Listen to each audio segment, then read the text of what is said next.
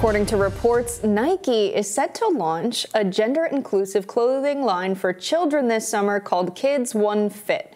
The Daily Wire obtained leaked internal emails from the athletic wear giant that disclosed it's part of a pride campaign titled Together We Are Undeniable, spearheaded by Nike United Pride.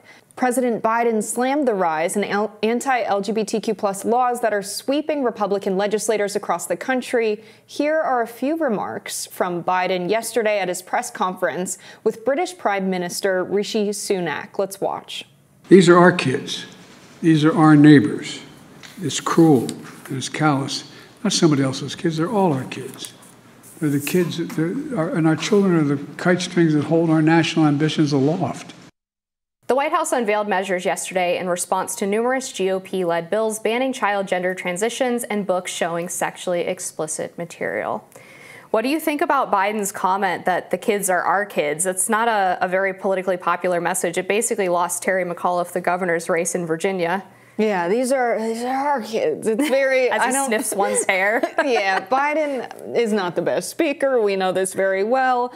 I think that a better message from a president of the United States would be, we have a lot of freedoms and rights guaranteed by the Constitution. Are you infringing on a family's right to raise their child by denying them medical care that they want their kid to have or health care that they want their kid to have? I don't think that would be extremely controversial, and it might be better messaging than saying your kids are my kids too, they're all our children and we should protect them, and that's why I'm against these laws. I think it's really a bad message from Biden. It doesn't seem like one that was even fleshed out by a team. Yeah, it's not good. Your message would definitely probably be more palatable to a lot of people who are not as aggressive on the trans stuff as maybe I am or other conservatives are. But this is like constant messaging from the Democrats that I don't understand why they keep saying it. I mean, Terry McAuliffe saying that parents shouldn't decide what kids learn in school. You have Biden saying these are our kids. I think Karine Jean-Pierre said something similar in a recent press briefing at the White House. And there's a difference between saying that people should be able to have help from the community that they choose to help raise their kids, right? It definitely is a community effort in some cases to help raise kids, whether that's your extended family helping you out, daycare, etc. But the idea that the government owns kids is a fundamentally creepy concept for most Americans, and they don't want people like Joe Biden or other members of the Biden administration having so much say in their decisions related to their child. Yeah, I think that's exactly why some families don't like these bills. I don't think it should be a problem. If there's a family, they're raising a child, and the child says to them, I think maybe this should be a part of it, that it's definitely coming from the child, which I can't imagine a scenario where there's ever a parent that says we're going to go through a gender transition where the child themselves doesn't want it. However, a minor can't make big medical decisions like that for themselves in the eyes of the law. The parent needs to be involved. That makes sense. I think there should be nothing wrong with putting a child on puberty blockers if they feel that they don't identify with their sex assigned at birth. There might be some families who say, I'm really against that. I think even if I have a child who says to me that they don't feel like they identify with their sex assigned at birth, I will not be pursuing any kind of gender affirming care or gender transition care from a healthcare professional. We're not going to be doing any of that. Okay, that's your right as a parent. Do I agree with it? Would I do it for my own child? No, but it's your right as a parent. I think that's fair. And to pass laws that deny people from getting that care for their child, I think is an overstep of government. Oh, well, I think your position is much more reasonable than a lot of the left, which has actually taken children away from parents who refuse to do what's called gender-affirming treatments or child sex transitions. But I think that these things are child abuse for a couple of reasons. It is very common that parents basically project their feelings about the kid's gender onto them. About 50% of moms of sons who say that they identify as girls have borderline personality disorders. In addition, about 80% of kids who say that they identify as a member of the opposite sex end up growing out of their gender dysphoria by adulthood.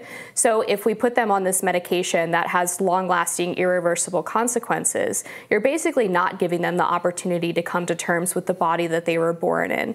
Not to mention the fact that there's a study from Stanford that found that gender hormone therapy does not actually reduce suicidality, depression, or anxiety in children who get on it who suffer from gender dysphoria. So not only do these treatments not work, but they also have permanent consequences for children, whether it's sterilization, brittle bone syndrome, or mental fog and brain development issues that come from transitioning from puberty blockers to hormone therapy. What do you make? I want to go back to the Nike scenario. Something you said struck a chord with me. I remember being a young girl and wearing the pink, wearing the frills. Every young girl that grew up in like the early 2000s and 90s, I think, had these fuzzy white socks that were so itchy, and they had the frills around them, and I hated them. They were the worst. And I was like, why do I have to wear this dress and these stockings? And the boys are just, they're in pants with an elastic band. It seems so much more comfortable.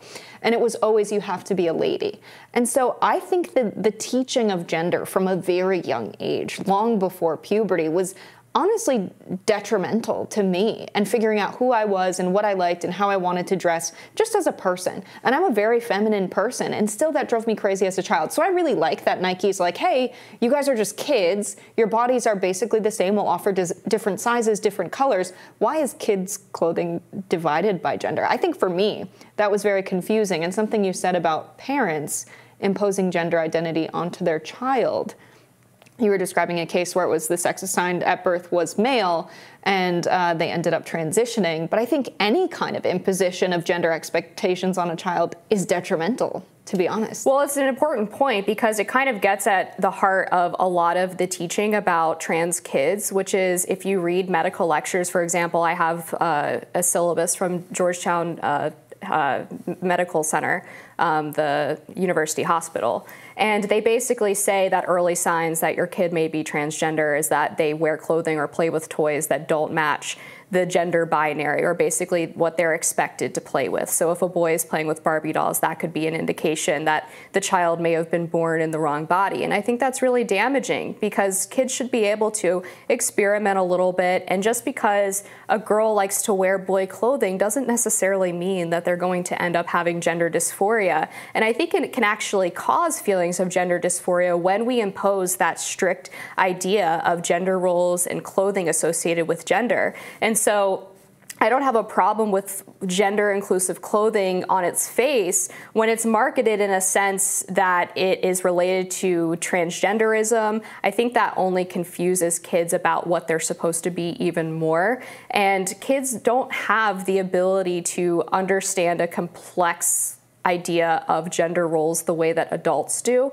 And so when you give them the idea that if they don't conform to wearing skirts or dresses all the time, that they might be a member of the opposite sex, I think that's damaging, and it does kind of convince some kids that they might be better off going through a gender transition when they might not have necessarily had any issues with their gender prior. Yeah, I think the parents' oftentimes number one concern is making a mistake and messing their child up and being the person that traumatizes their child in any way. And I think having a more loose understanding of gender for all children and saying you want to play with this, you want to dress up like this, not imposing any kind of gender norms upon your children, I think is a pretty good way to raise your kids and to avoid that, rather than, I think, taking advice that if you have a girl, she wants to play with toy trucks and dinosaurs, that maybe she's a boy. Yeah, I don't agree with that. Yeah, hopefully you can be a girl who likes non-girly things, and that doesn't necessarily mean you have to be medicalized for it. Yeah, I don't think we're getting transition surgeries based off of just that alone. That would be very scary, and I understand the caution around that, but we're going to have to leave it there. We love this topic every time we discuss it. More rising after this.